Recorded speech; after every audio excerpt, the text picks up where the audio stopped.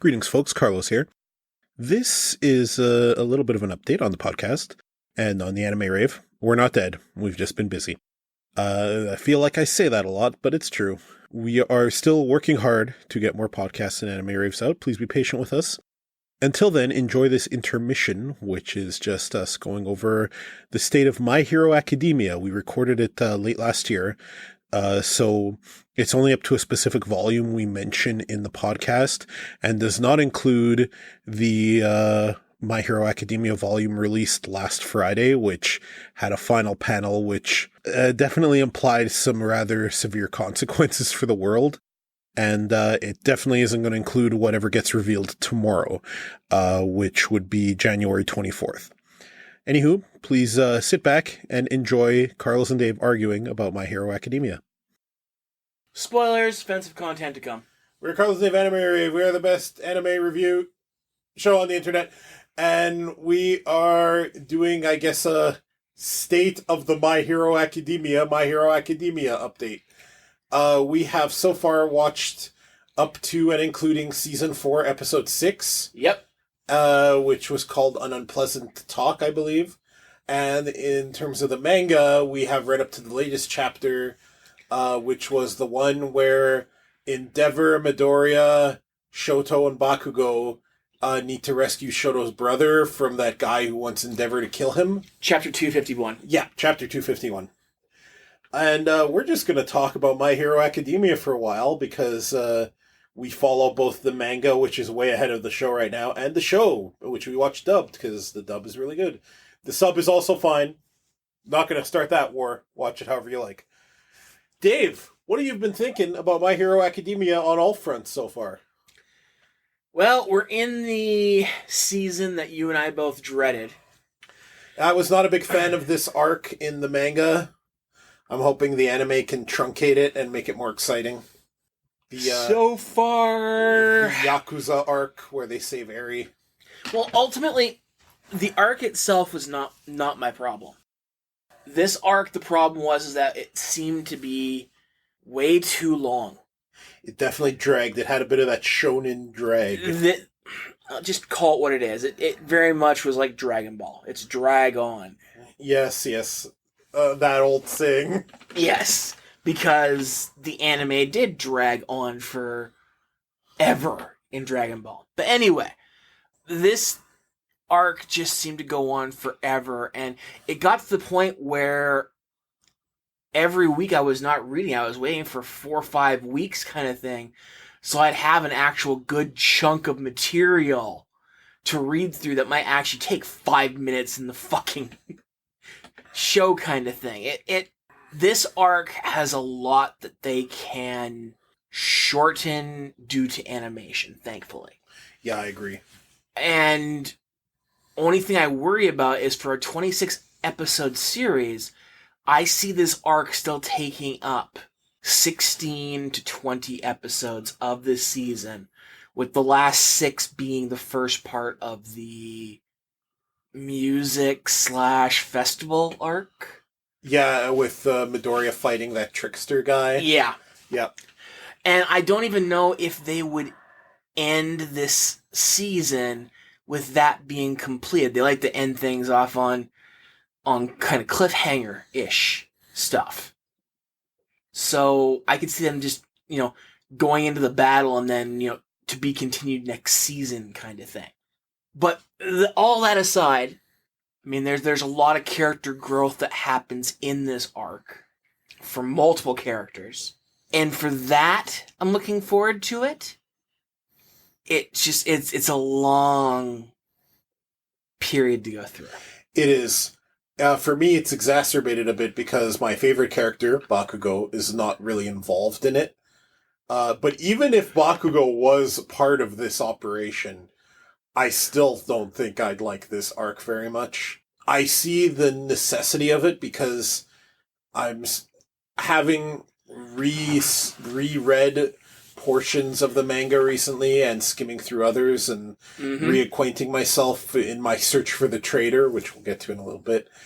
I'm starting to realize that this is not Bleach. One of my big complaints about My Hero Academia at the beginning was I could feel some Bleachisms. I was wrong. this is not Bleach.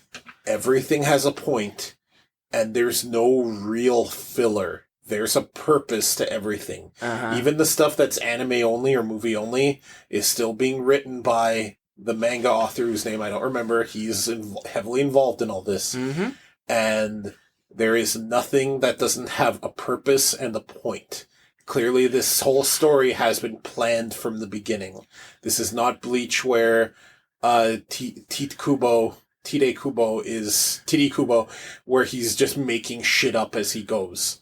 Oh, I've run into a roadblock. New characters. Yeah, exactly. Any new character introduced has a purpose, and they don't take away from our core, which is Midoriya, All Might, Bakugo, and everyone surrounding them, basically. Even times when one or more of those characters is absent, we still get caught up with them, and then they're right back in the next chapter. Like, Bakugo is not important for a little bit, but then he's right back to being important after this. So, I mean, My Hero Academia is not Bleach. Everything has a purpose, even if there are arcs that I think drag on a little bit. I will say this, though. For the arcs that have dragged on to me, which were the tournament arc, the Yakuza arc, and the arc where the League of Villains is fighting off that one town that recently concluded. Yep. I at least thought they all ended well and progressed things, even if the middle kind of sucked. So I'm okay with them ultimately, because the rest of this this shonen story has been actually super good. It's definitely one of the better shonens I've ever encountered. It might be the best one, to be honest. And actually, that should tell you just how close we are to being caught up with the manga, though. We're literally only, after this arc is done, and the little mini arc, which is the festival, we're right into the villain arc.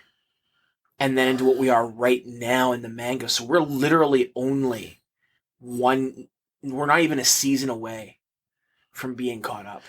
And that's why I'm glad the show is dividing itself into seasons and not insisting on always being on.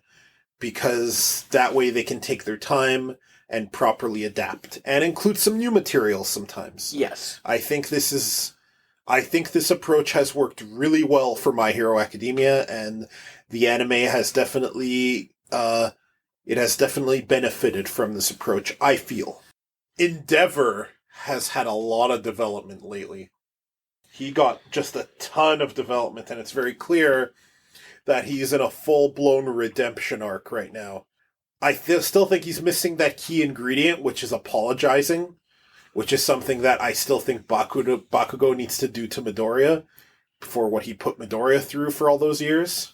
But Endeavor is definitely in a full-blown redemption arc, as he needs to learn how to be the number one hero, actually worth it, and also trying to figure out the clues that Hawks is trying to give him, being a double agent for the League. What do you think of that? About Endeavor's sudden role, and suddenly we have Bakugo, Midoriya, and Shoto all interning with him, meaning we get a double spotlight on Endeavor.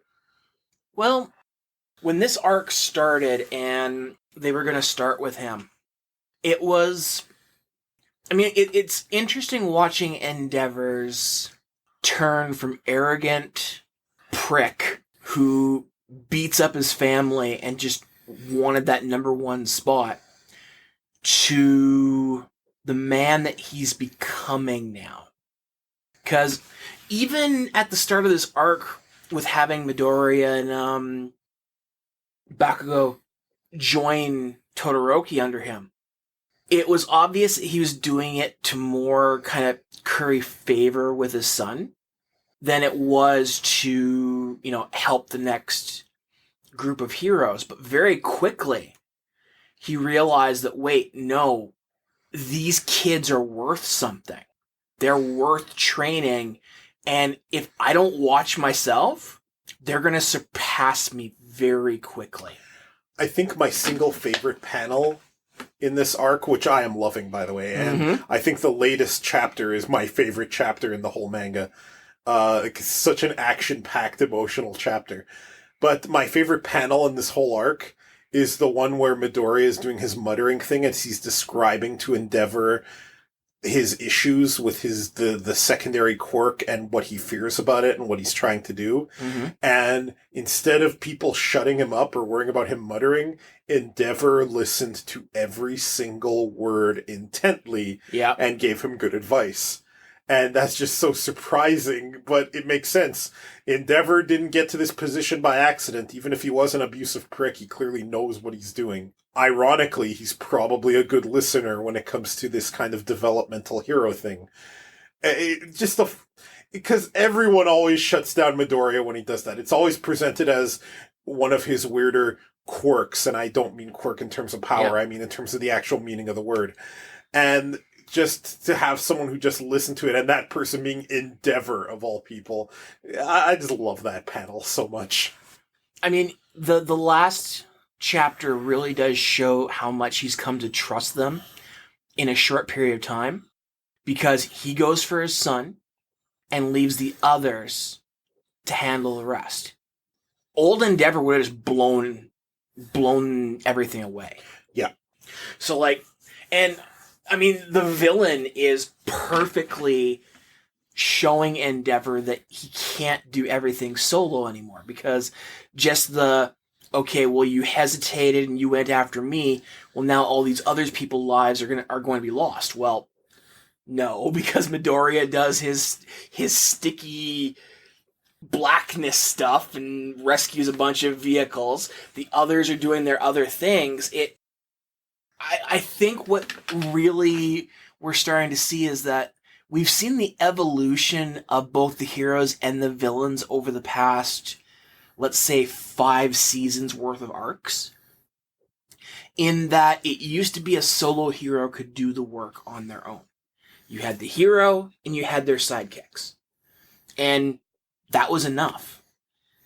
Not anymore. You need teams going out together to put the villains back into their spot, because the villains are having way better powers and way better planning. So one hero can't do everything. Yeah, this is one of the themes of the show that I took for granted, and in my recent revisiting made me realize that much like Steven Universe, nothing here is throwaway or filler. Everything means something. One of the big themes that we got real early on that is sticking to us because it's a lot of motivation behind some of the villains is Stain's. Now, Stain, I've talked about how he's just this Channer edgelord, edgy guy to be edgy, right? Love his visual design, hate everything about his character. But he has been a motivating factor behind a lot of characters for way more volumes than he's been relevant. Mm-hmm. And the reason is because Stain believes that money and greed have corrupted heroes. Now, he and I share that in common. We both hate capitalism. But where we differ is that Stain wants to kill the heroes, he sees them all as guilty, regardless of whether or not they are. He doesn't consider different contexts.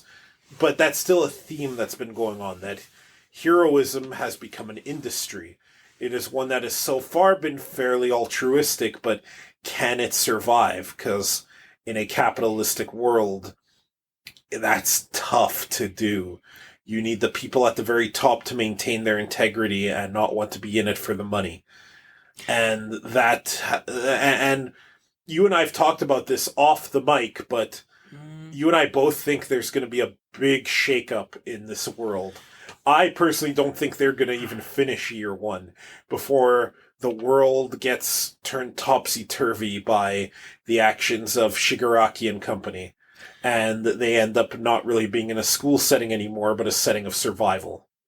Well, and it's funny, if you go back, and I believe it's still up, our My Hero Academia Season 1 stuff, we talk a lot about, right from episode 1, the whole how heroes are paid, it's not really fair how the system works, and that, the most popular ones are being paid the most because, not because they're necessarily doing their jobs the most or the best, but because they're the most in people's faces doing their job. I mean, we see how Mount Lady screws over the wood guy. I don't remember his name, unfortunately. Durid. But a lot of Stain's ideologies we talked about in our reaction and review video of episodes 1 and 2.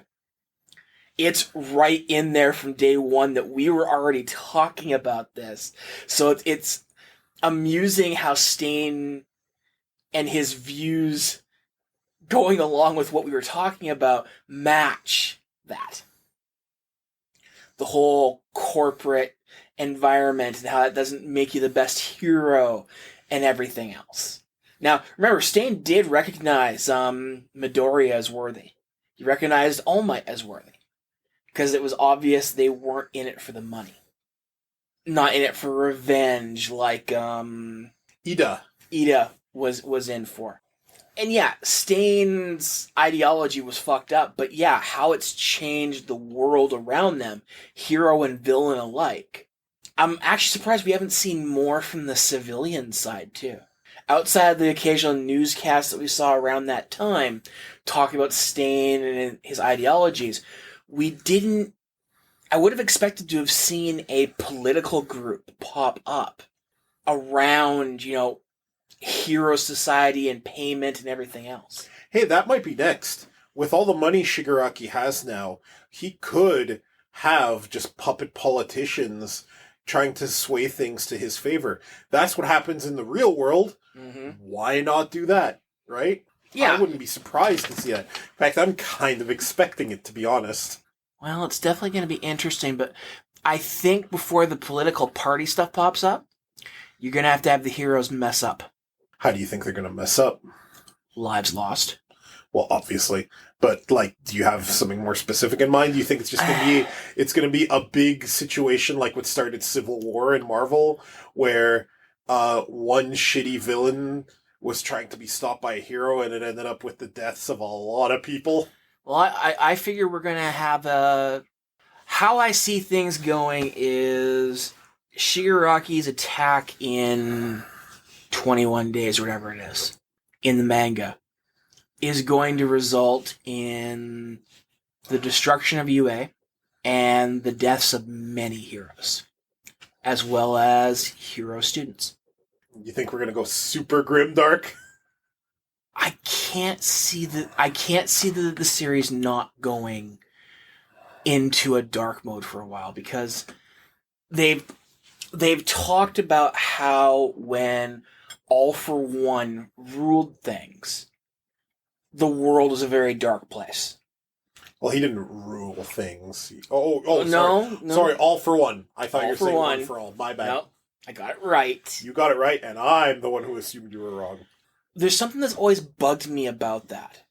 In that... Fail. Whatever fell over is your fault. Yep. How this was a dark time. And we're not talking like a year. We're not talking a month. We're talking a section of history around when quirks were still new, kind of thing. That he held sway and had practically an army. How don't people know about this?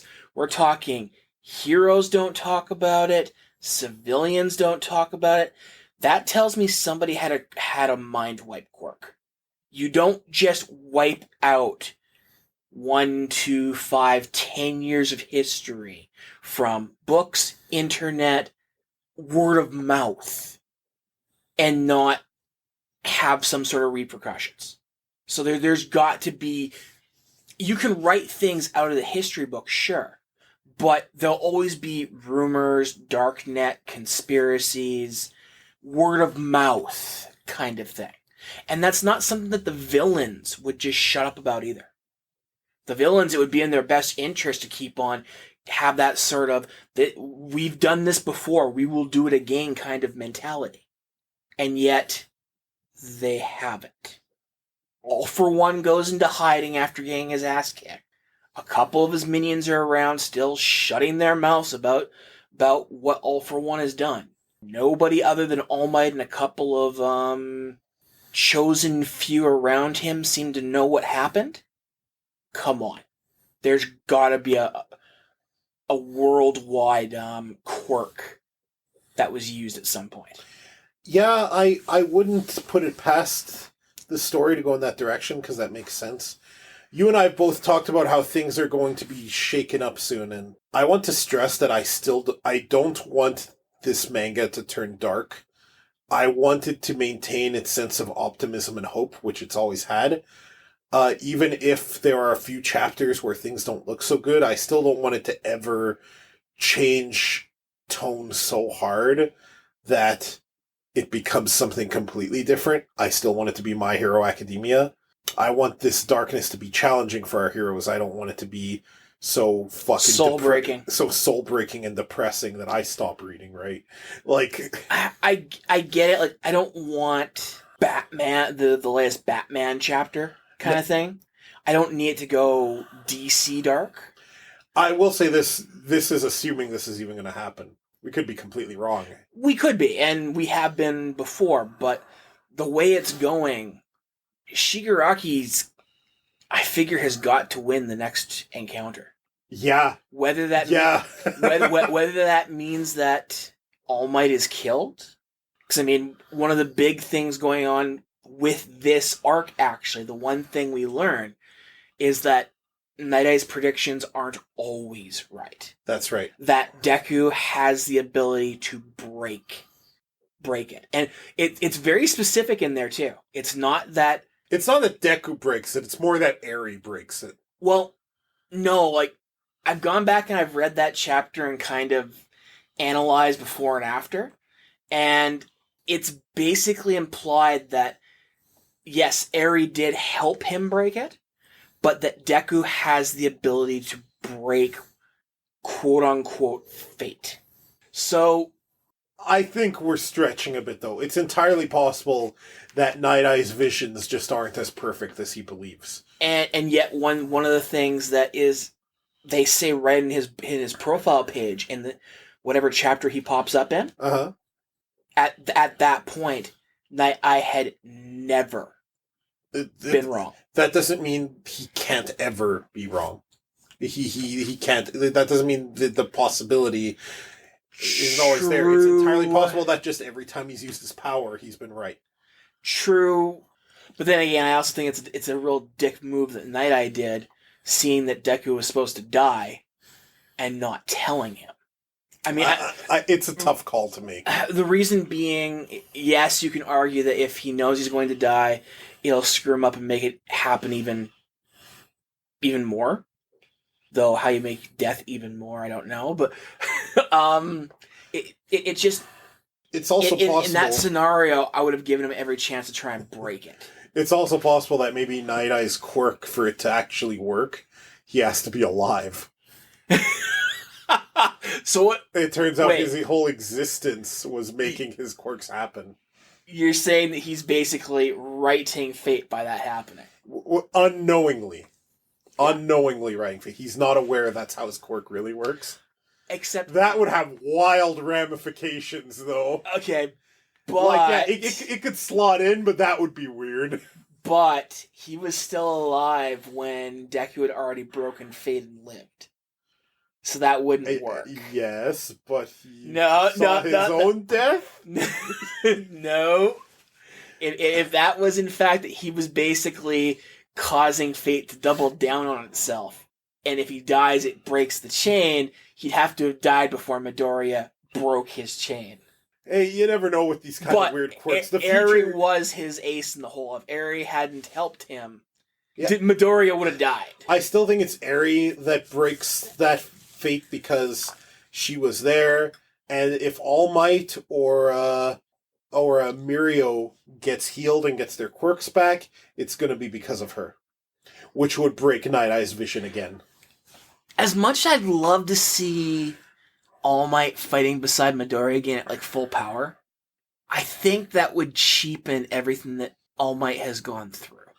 he might not need to get his quirk back, but he can survive. Now, and if he does survive, that'll be because of Eri. I mean, I do want to see the other one get his powers back. He deserves his powers Mirio? back. Yeah, Mirio.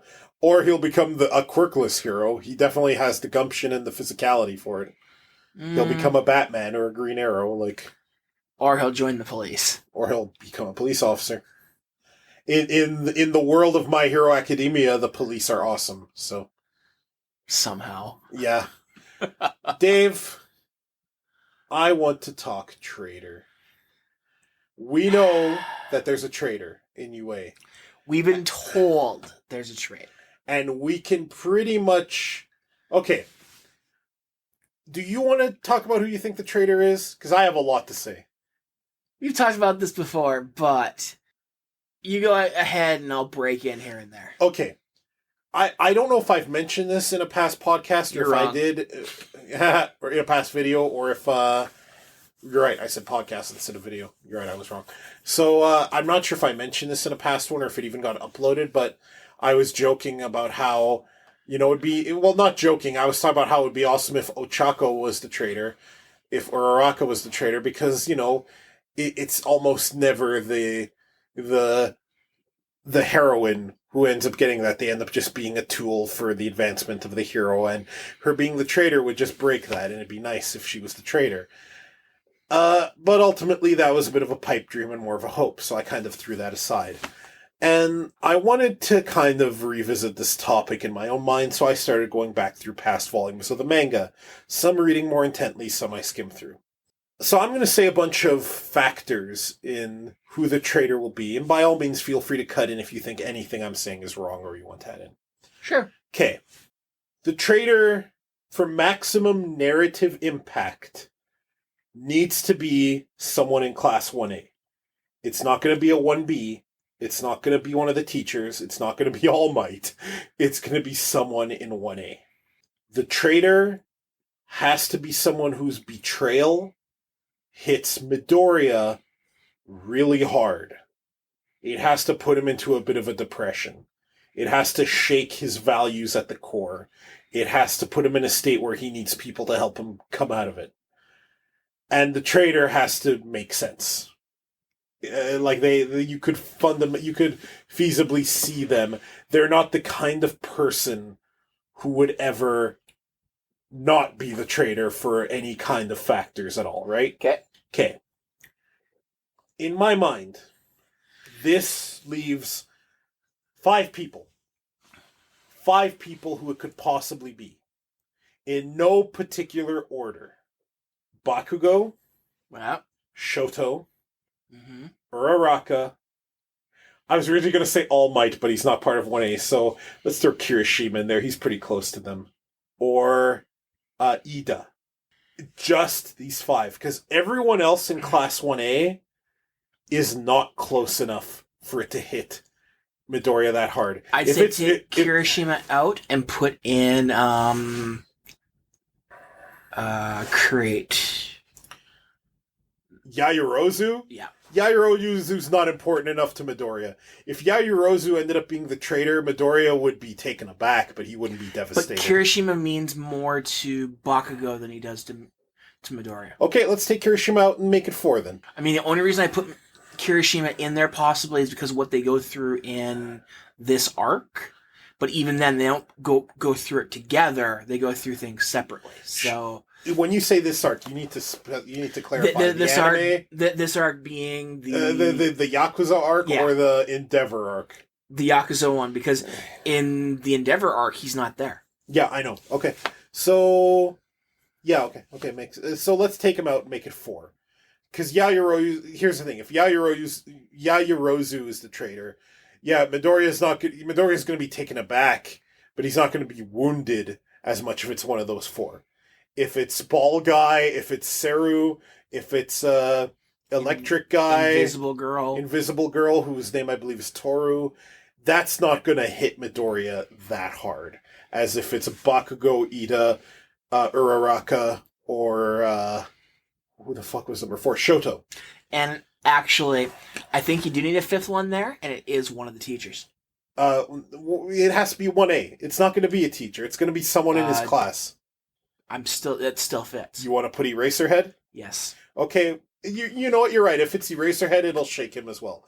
So we have 5 that meet the narrative requirement that if they're the traitor, this shakes up Deku's world because he's the main character. He's the protagonist. Let's remove Bakugo immediately. Bakugo will never turn, so he's gone. Yeah. Bakugo will never turn. Midoriya will turn before Bakugo does. And even that won't happen. No, I put them in the same pedestal of no fucking way. So Bakugo's gone. Okay? Yeah. Shoto Todoroki, maybe before the tournament. Yeah. But definitely not now. So Todoroki's gone. We have Ida and Uraraka. And it's not Ida. He's had his own arc. He's had his own kind of comeuppance, he's had his own come to Jesus moment, if you will. It's not Ida. And before I was hoping it was Uraraka, I don't hope it's her anymore. I'm certain it's Uraraka. And here's why, okay? Something's off about her. As I was rereading things, I started to notice a few things about Uraraka that are very weird, that are very strange, okay? And it starts with the image I sent you, which was her character profile in chapter 3 or 4. I think it was 4. And what that profile says, and obviously there's some translation issues, some hiccups that we can go through here, right? Uraraka, we learn from the behind-the-scenes text that she wasn't supposed to be the heroine, it was going to be Mount Lady. But then the author was talking about how taking Mount Lady to its logical conclusion had its own sort of problems. The character started to get pretty dark, so he changed her, which means we got Uraraka. So he talks about how this arc was going to be pretty dark. In the paragraph before that, she's unexpectedly brazen and frank, proof that there's no hidden side to her, if you catch my drift.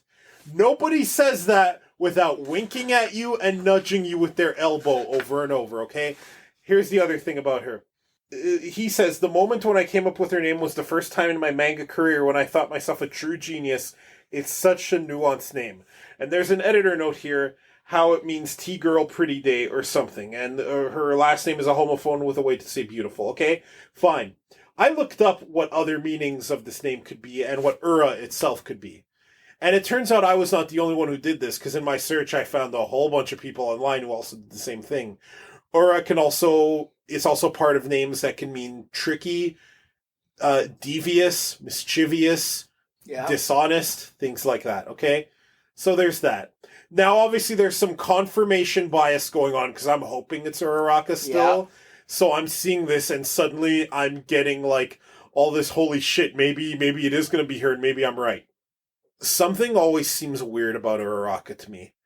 And it's because we have this theme of greed and money, and her whole mission statement is she wants to make money. Yeah. To give her parents a good life. A noble goal.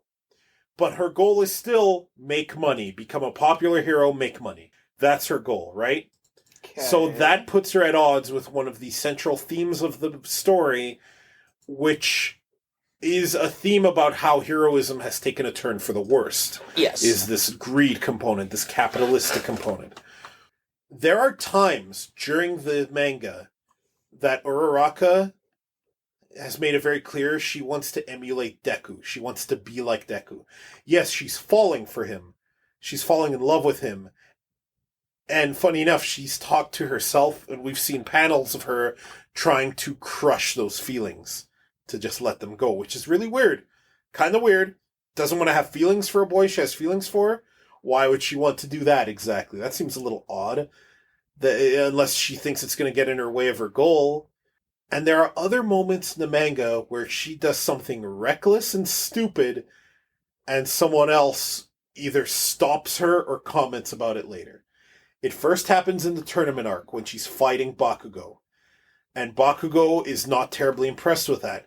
If you remember, Bakugo was angry with Deku after, and he was like, what, did you put those stupid ideas in her head? Because he actually goes up to Deku, and he blames him for Uraraka acting the way she did during the fight. And Deku says, "No, man, it was all her." And that hit Bakugo. And later, when people were saying, "Hey, man, maybe you should have taken it easy on her," and Bakugo says something to the effect of, "What makes you think she's so fragile?" Yeah. Yeah, so that's our first clue we get. I think that she's not who we think she is. Because, hang on, because her acting out like that, Bakugo saw it as foolish, and he sees that she's not some little flower. Because Bakugo is, if nothing else, super insightful. He sees through people. He sees who they are. No matter what problems Bakugo has had, he figured out Midoriya's thing. He's way smarter than anyone gives him credit for. He's brilliant, actually. But this isn't the first time Ochako's done something so reckless. During the provisional exam, she was going to rush forward and take all this rubble off someone and open herself up to attack, and Yaoyorozu was with her and stopped her. It's like, don't do it! And yeah, it turns out it would have been a mistake. There's also when, what's her face? Is her name Toga? The blood-sucking villain girl? When Toga sucks her blood and is kind of breaking down Ochako with words, kind of talking about how they're a lot alike, about how they're obsessed with a person, so much so they want to be them, they want to become them. It's a sign of envy and jealousy.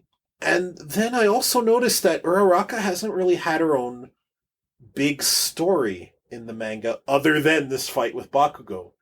We've had Bakugo moments, Ida moments, we've had tons of Midoriya moments, we've had Yaoyorozu moments, in the anime at the very least, we've had Sue moments. Like, we've had entire episodes and arcs, kind of, where they, even miniature ones, even a volume where they were the star of things. Not Uraraka. We don't know a lot about what she does outside of class, other than when she's with someone else and when we occasionally get a little monologue.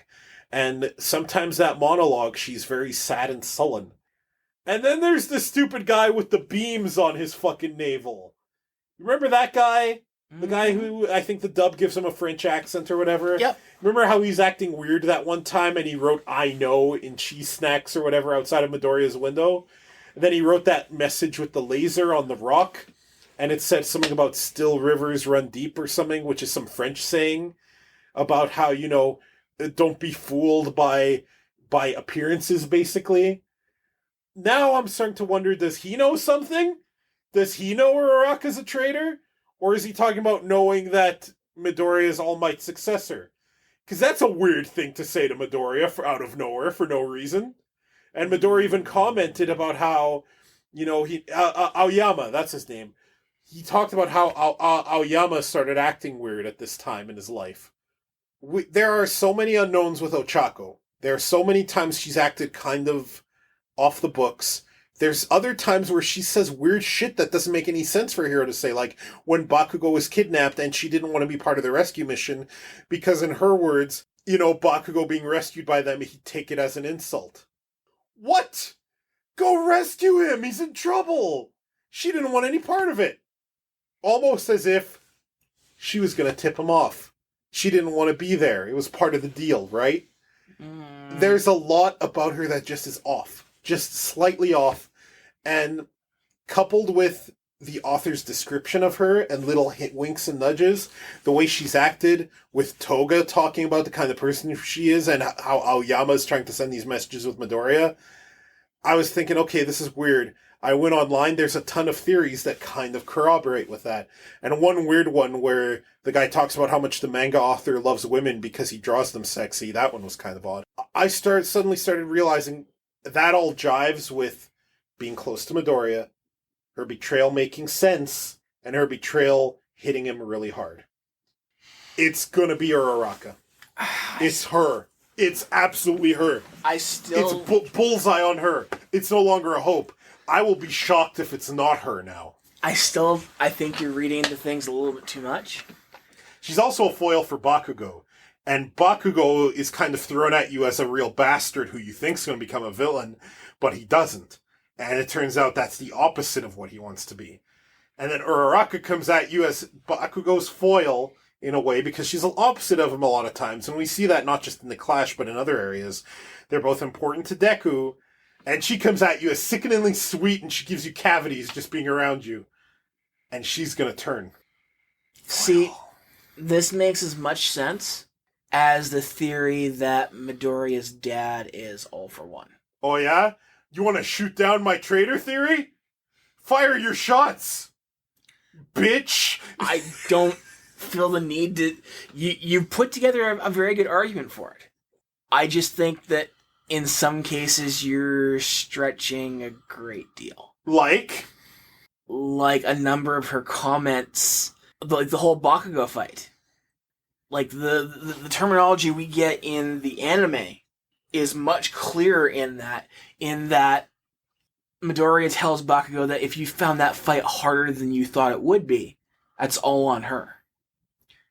The end result is still the same. It is, it's basically Midoriya telling Bakugo that Uraraka was responsible and not Deku. But it's not, I know you have a hard-on for Bakugo. You always have had. Oh, yeah. Well, no, not always. I hated him at first. Uh-huh. No, I really did. I thought he was abusive. And he's clearly still abusive, but I think you give him a little bit more credit than he deserves. I really do. He can be very insightful into the people around him if he cares. And until that fight was over with her, he did not see her as somebody who he should care about. No, wrong. 100% wrong. If he didn't, he wouldn't have tried 100% during the fight, and he did. He absolutely did. In fact, when that guy yelled at the crowd that he was being like a villain, fucking remember when Aizawa was like, who said that? You're a fucking amateur. I did. He's showing her respect by fighting her. He didn't underestimate her at all. At no point did Bakugo underestimate her. I didn't say underestimate. He treated her as a real threat. And yet he really didn't. He did. He absolutely did. We not see the same thing? Because he did not act towards her as if she was any less capable of wringing him out. He didn't. Except he totally did. He wasn't cocky at all. He wasn't showboating. No, he didn't need to be. Bakugo wasn't a showboating character at that point in this show. In fact, he still isn't. No, he never was. Bakugo had zero expectations of that fight, used his full power trying to knock her out, and then developed a form of respect for her by the fact that she was fighting him seriously and wasn't getting smashed out of the ring. At what point, now who's stretching, where did Bakugo ever show that he didn't take her seriously? There is nothing. You made that up. You're saying that my stuff doesn't hold water. He never underestimated her. There's nothing in the manga that suggests that, or in the anime. He's not looking past her, ever. It didn't happen. That battle did not matter to him. Yeah, you say that, and nothing backs it up. Of course it mattered to him. Every fight mattered to him. Every single one. He was pissed off with Deku because he thought Deku was sending her into a death trap. Because he wasn't going to hold back. Of course he wasn't. He's Bakugo. See, there's nothing that suggests that. He absolutely wasn't underestimating her. And the fact that he was mad at Deku is because he thought that he gave her bad advice and that might have gotten her hurt against him. And he wouldn't be pissed about that if he knew himself, he knew he wasn't going to try that hard. See, I don't take any of that as him being upset that Deku gave her bad advice or anything else. I took that as your stupid friend tried to defeat me, and it had to be your tactic because it was just that stupid. Now who's stretching? Now who's stretching, Dave? I'm sorry, I'm not. You are absolutely stretching. I don't think I am. That Bakugo was absolutely taking that fight seriously. He probably already knew that she wasn't a pushover. Yeah. Because that's not Bakugo. He notices shit about people. In the episode not in the episode we just saw, but the one before, where Red Riot develops his unbreakable mode, he remembers something Bakugo told him. Mhm. Because Bakugo saw that he was doubting himself and he gave him that push. He gave him that push. Again, Insight. I do not agree with you on this one at all. Okay, fair enough. But I'm right. And the thing here is that, yeah, like, it still leads to this whole Ochako is probably the traitor thing. And she very well could be. Why? Who do you think the traitor is? I actually have very little opinion on that right now, because here's the thing. I agree with a number of your a bunch of your logic in that who it wouldn't be. Because for Midoriya being our main character, that would be a swerve. Midoriya is the traitor the whole time. Well, fuck you, 1A. And see, funny enough, Midoriya is kind of on the list, but not for the reasons that you would expect. Because there is I don't know if you've come across the theory of the whole All for One being his dad. I know of this theory. Okay. One that I hope isn't true. Because that would kind of take away from the whole he was a nobody whose heroic actions motivated All Might to give him power. In a way, yes. But it would also be the battle coming back into the family. Because One for All started with his brother, of course. And his brother having a quirk that he couldn't identify back then, and everything else. It could just be a family trait.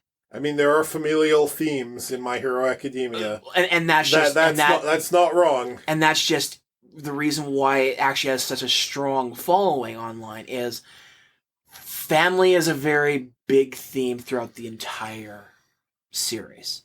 And the fact that we have All Might's master's son as the bad guy now, having All for One's son be the inheritor of One for All, and taking down his successor, would just bring things back around in a circle. Yeah, again, the familial themes support it. Even if I hope it's not the case. It wouldn't interfere with Uraraka being the traitor, so I guess I take it. It wouldn't. It wouldn't stop her from being a traitor.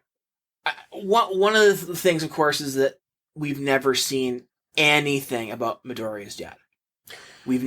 His father's never been mentioned by either him or his mom. There's never been a picture.